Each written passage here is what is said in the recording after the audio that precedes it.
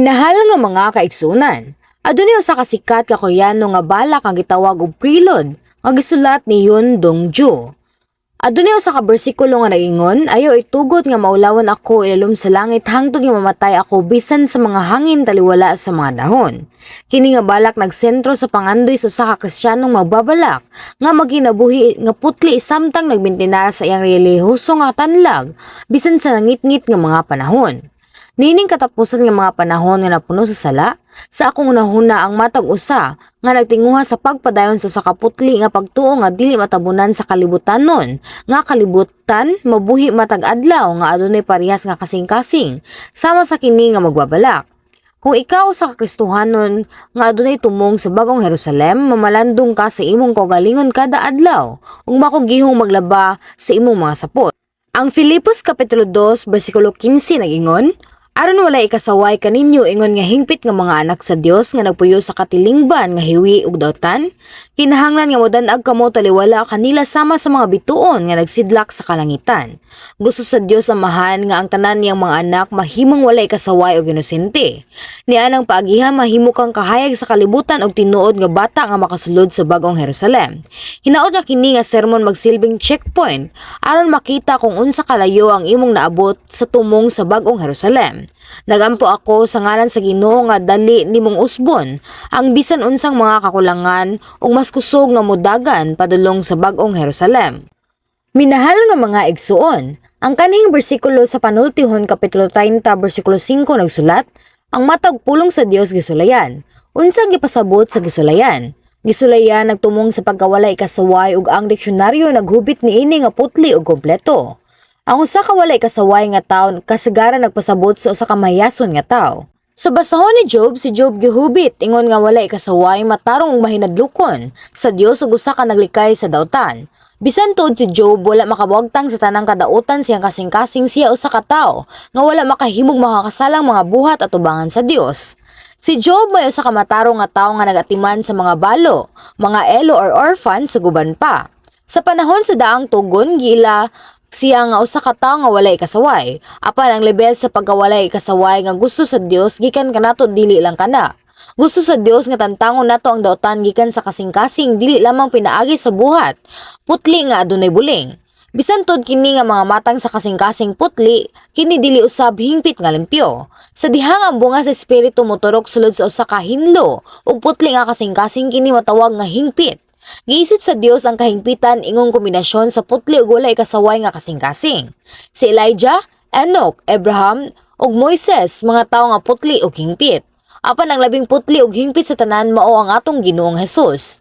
Ang tudling or pasahi karong adlaw bug-os nga nagpakita sa kawalay kasaway ni Hesus. Kung tinuod nimong ilakip ang pulong sa pasahi karon, mahimo kang putli nga sa kasing-kasing. Hinaot nga imong bug-os nga itanom kini mga pulong nga sa imong kasing-kasing samtang atong tun-an pag-ayo ang kawalay kasaway ni Hesus. Ang unang bahin sa pagkawalay kasaway ni Hesus mao nga wala siya nakag-away kang bisan kinsa. Sa panahon sa iyang ministeryo si Hesus wala gyud makag-away ni bisan kinsa. Walay mga reklamo ni mga paglalis, kalinaw lamang. Sa kalibutanong diwas, Hesus mitubo ubos sa pagatiman sa maayong mga ginikanan ug kanunay misunod sa mga pulong sa Dios, sukad pa sa pagkabata. Pinaagi siyang pagpublikong pangalagad si Hesus, misangyaw sa ebanghelyo sa langit ug miayo sa tanang mga matang sa sakit ug mga kahuyang. Usa siya kay gala nga sa mga nahimulaag, naghatag og bag-ong mga paglaom sa kinabuhi. Bisan pa nga si Hesus nagbuhat lamang og maayo, adunay mga tawo nga misalikway, misupak og misulay sa pagdakop ug pagpatay kaniya sa bisan unsang paagi. Kini mao mga pari ug hataas nga mga pari, mga eskriba ug mga pariseyo nga adunay interes sa katilingban. Ang Juan Kapitulo 3 bersikulo 20 nag-ingon, ug ang tanan nga nagbuhat og dawtan dili gusto sa kahayag ug dili moduol niini, kay dili siya buot nga mabutyag ang iyang dawtang binuhatan. Sama sa bersikulo, kini nga mga tawo dili makaagwanta sa tinuod nga kahayag ni Hesus, samtang ang ilang pagkadautan padayon nga gipadayag. Busa ilang gisulayan sa Hesus sa laing mga pulong sa pagsulay sa pagdakop kaniya sa bisan unsang paagi. Nasayod si Hesus sa ilang daotang tuyo apan wala gayud sila magtagad uban ang pagdumot o negatibong emosyon. Si Hesus nagsulti lamang sa mga pulong sa kaayo ug kaalam aron ilang masabtan ang tinuod nga kabubuton sa Dios. Sa dihang wala sila makaamgo, si Hesus wala makiglalis o mag-away kundili nagpakahilom hinoon. Aron makabot ang probidensya sa kaluwasan pinaagi sa krus unsang gibuhat ni Jesus human gidakop sa mga gwardya nga Hudeyo o gidala sa husay. Bisan pa sa pagka-inosente, si Jesus wala mo balibad o mo protesta. Gawa sa pipila ka mga pulong nga naghataw og gibugaton sa probidensya sa Dios, si Jesus wala magsulti sa bisan unsa, bisan kung gihatagan siya og higayon sa pagpanalipod. Bisan pa sa dili patas nga pagdatar, si Jesus wala makig-away ni bisan kinsa aron hingpit nga matuman ang kabubuton sa Dios. Naluoy siya ni atong giaghat sa kaaway nga yawa nga si Satanas sa pagkondenar, pagdaot, pagdakop ug pagpatay kaniya. Sa baylo, nagpangamuyo si Jesus para sa ila.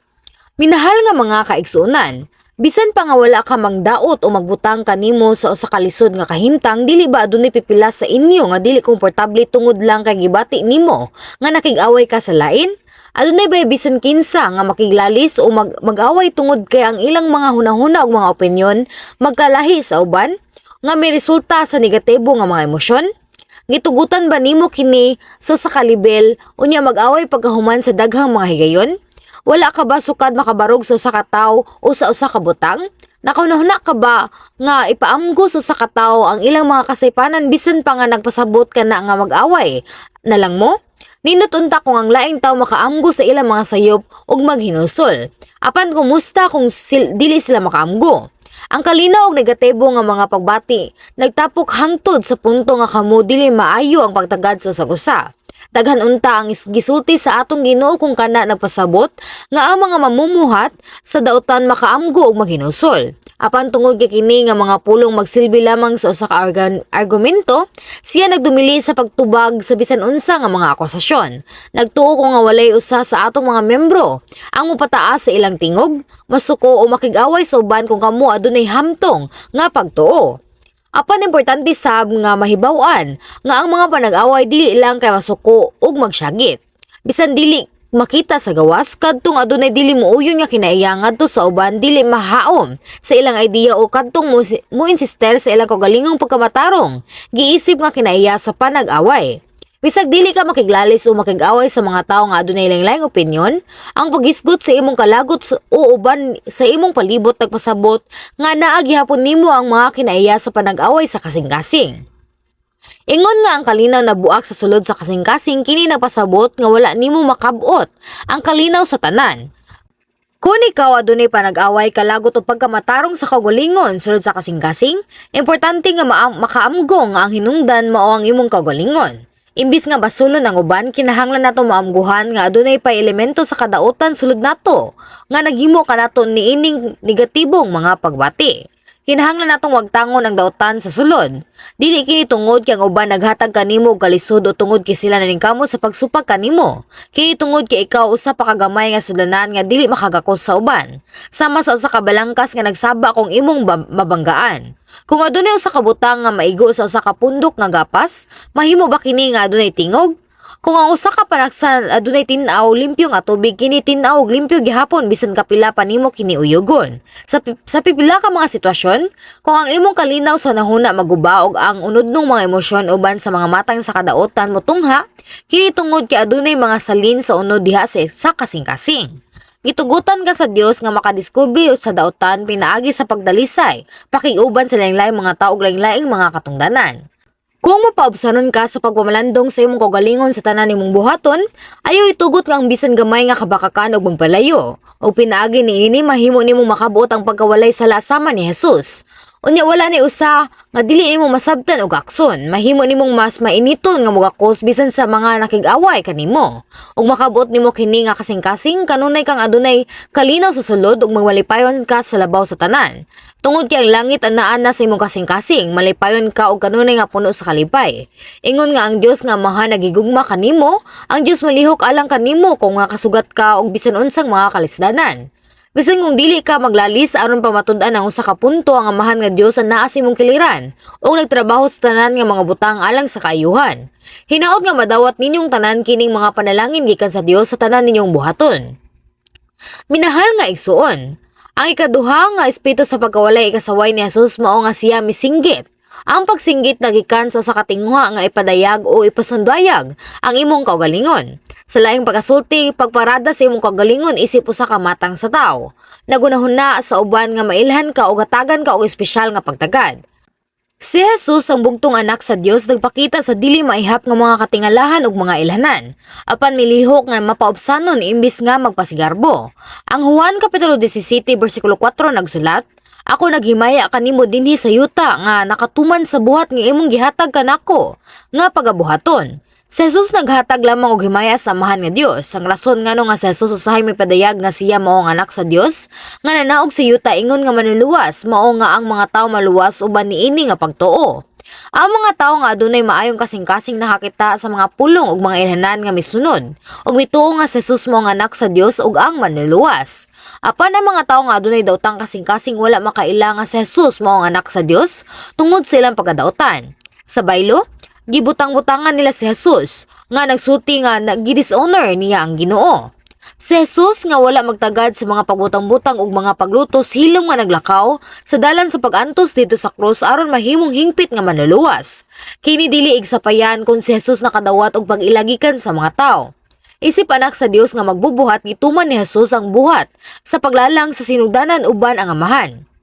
Si Jesus naglakaw sa dalan sa krus uban ang pagpasalamat bisan sa pagtamay sa mga tao lamang.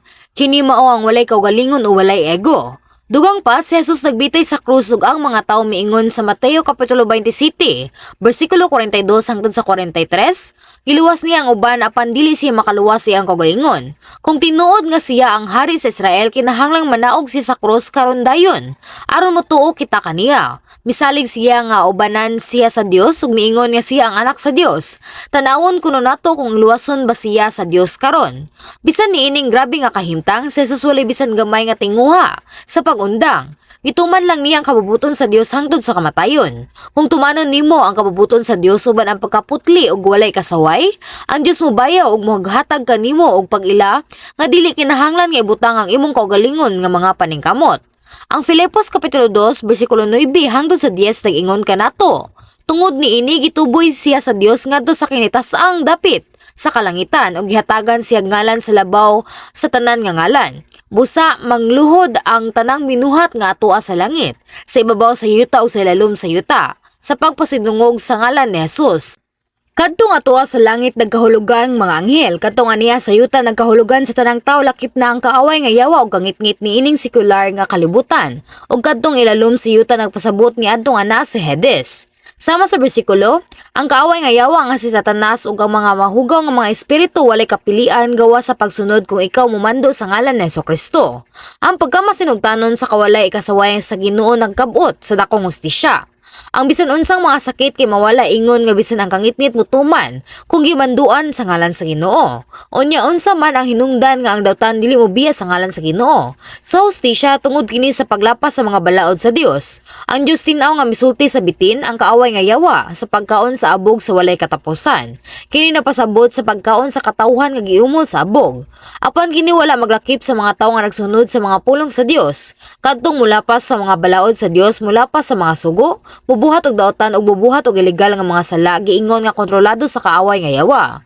Mao kini ang hinungdan nga mitungha ang mga sakit ug katalagman alang sa mga tawo nga nagpuyo sa sala. Nasayod kita nga kadtong nagpuyo sa kahayag dili matandog sa daotan sumala sa nahisulat sa unang Juan kapitulo 5 bersikulo 18. Ang unang Juan kapitulo 3 bersikulo 21 hangtod sa 22 usab dagsaad nga kung ang atong kasing-kasing dili magsaway kanato, kita adunay pagsalig sa tubangan sa Dios ug bisan unsa nga atong pangayoon makadawat kita gikan kaniya.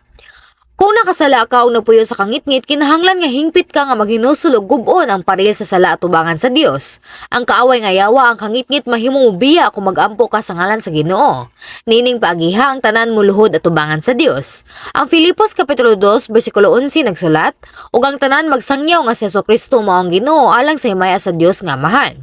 Samtang dinhi sa yuta, si Jesus nakadawat og dakong himaya pinaagi sa pagsunod sa kabubuton sa Dios, hangtod sa kamatayon ug sa pagbuhat lamang alang sa kahimayan sa Dios. Ug atong matuman ang buhat sa Dios sama ni Jesus pinaagi sa dili pagsinggit o pagsunod lamang sa kabubuton sa Dios, ang Dios maghimaya kanato. Apan daghan ang nagtinguha nga mailhan ang ilang trabaho ug ipakita ang ilang kahanas. Ang uban maglisod og mahigawad sa dihang dili makadawat og pag-ila sama sa gidahom o wala makadawat og espesyal nga pagtagad. Pananglitan, Unsang imong buhaton kung ikaw usa ka klase nga leader sa grupo ug wala makakuha og reserba nga mga lingkuranan o bisan unsang espesyal nga mga konsiderasyon sa usa ka meeting? Mutambong ka ba sa tigom nga walay negatibong emosyon? O masuko ka ba og hukman ang organisasyon pinaagi sa pagunahuna nga wala sila makahibalo sa hustong hanay o adunay maayong pamatasan? Ang ulahi nga magbalantay sa simbahan nga wala gayad magunahuna nga tatuhon nga mas maayo isip senior pastor sa usa ka dako nga simbahan. Bisag kinsay iyang nahimamat, ang magbalantay wala gayon magunahuna nga makadawat og espesyal nga pagtagad, ingong senior nga pastor sa dakong simbahan o ingong alagad sa Dios sa gahom. Kung aktibo sa simbahan, iyang gipahayag nga mas komportable ang paglingkod sa katapusan kaysa sa unahan. Ang magbalantay miingon nga naulaw siya og gikulbaan hangtod sa punto nga singhuton siya kung molingkod si babaw sa altar sa dihang ang ubang mga kaubang senior nga mga pastor kay wala. Gisulayan niya nga likayan ang pagpataas sa kahimtang og wala gayud magunahuna nga dunay mas hinungdanon nga tahas kung hangyoon sa pagkuha sa mga tahas sama sa usa ka representante sa pagampo. Ang Lucas kapitulo 4 bersikulo 11 nag-ingon kanato, kay ang matag usa nga magabaya sa iyang kaugalingon igapaubos ug siya nga nagmagpaubos sa iyang kaugalingon pagabayawon. Ang ikaduhang Korinto kapitulo 10 bersikulo 18 nagsulat usab, kay dili siya nga nagadayig sa iyang kaugalingon ang giyuyunan, kundi siya nga nagginadayig sa Ginoo. Hinaot nga dili kamong tanan mosulay sa pagbayaw sa inyong kaugalingon o mosulay sa pag-ila sa ubang mga tao. Nang hinaot ko nga magpabilin ka nga mapaubsanon og padulong sa pagdawat og pag-uyon og pagdayig gikan sa Dios. Ang tinuod mo ang pagdawat sa pag-ila, pagdayig ug pagpataas gikan sa Dios, ang Ginoo nga labing gamhanan. Kung mahitabo ka na, importante nga adunay kasing-kasing nga muhatag sa tanang himaya ngadto lamang sa Dios nga Amahan. Ang bagong mga magtotoo mapasalamaton bisan sa gamay nga mga tubag sa buhat sa Dios ug naghatag sa tanan nga himaya sa Dios. Apan samtang ang mga tawo makaangkon og kasinitian diha sa hugot nga pagtuog mahimo sa mas dakong mga misyon, ang tinguha sa pag-angkon og himaya alang sila kaugalingon imbis ngadto sa Dios kay imong makita. Nganong nahitabo kini? Ang bagong magtotoo na ibalos nga kulang pa sila sa pagtuo. Mao nga kung makadawat sila og mga tubag, nagtuo sila nga kini tungod sa grasya sa Dios. Sa diha nga mga pagtuo motubo sa usa ka sukod, ang pagtuo nga ang tanan tungod sa grasya sa Dios mahimong questionable. Bisan tuod imong isugid sa imong baba nga kini natuman lamang pinaagi sa grasya sa Ginoo o sa kabahin kanimo ang nagtuo nga tungod kini sa imong pagtuo ug pagkamasalundon nga ang buhat sa Dios kay nagpakita. Nang hinaot ko nga ang tanan nga mga workers sa simbahan kay ilang susihon ilang kaugalingon ug tan-awon kung anaa ba sila ani nga pamatasan. Nang hinaot ko nga ang tanan mahimong espertuhanong mga trabahante nga magwagtang silang kaugalingon ug magpailalom lamang sa Dios ug sa Ginoo. Minahal nga mga kaigsunan, si Apostol Pablo naghatag og daghang himaya ngadto sa Amahan nga Dios pinaagi sa dako og kahibulongang mga buhat sa gahom. Apan unsa ang pagsugid nga walay pagkapakyas nga miwigdagayday gikan siyang kasing-kasing. Ang unang mga Korinto kapitulo 15 bersikulo 10 nagrecord, apan pinaagi sa grasya sa Dios nahimo akong ingon niini og sa grasya nga iyang gihatag kanako wala gayud ako makawang. Labaw hinuon akong naghago kaysa ubang mga apostoles og kini dili bunga sa akong pagpaningkamot kundi sa grasya sa Dios nga niya kanako. Si Apostol Pablo kanunay nga mapasalamaton sa grasya ug gugma sa Ginoo og gihatag ang tanang himaya ngadto sa Dios lamang. Hinaon nga kamong tanan maghatag og himaya sa Dios sa matag butang nga inyong pagabuhaton uban sa walay kasaway nga kasing-kasing aron ang Dios mobayaw usab kaninyo. Ako nagampo sa ngalan sa Ginoo nga kamo mahimong walay kasaway sama sa Ginoo. Maanyag nga mga pagasawonon nga dili mag-away, makigdait sa tanan og balaan aron kamo luwas kagakson sa Ginoo. Amen.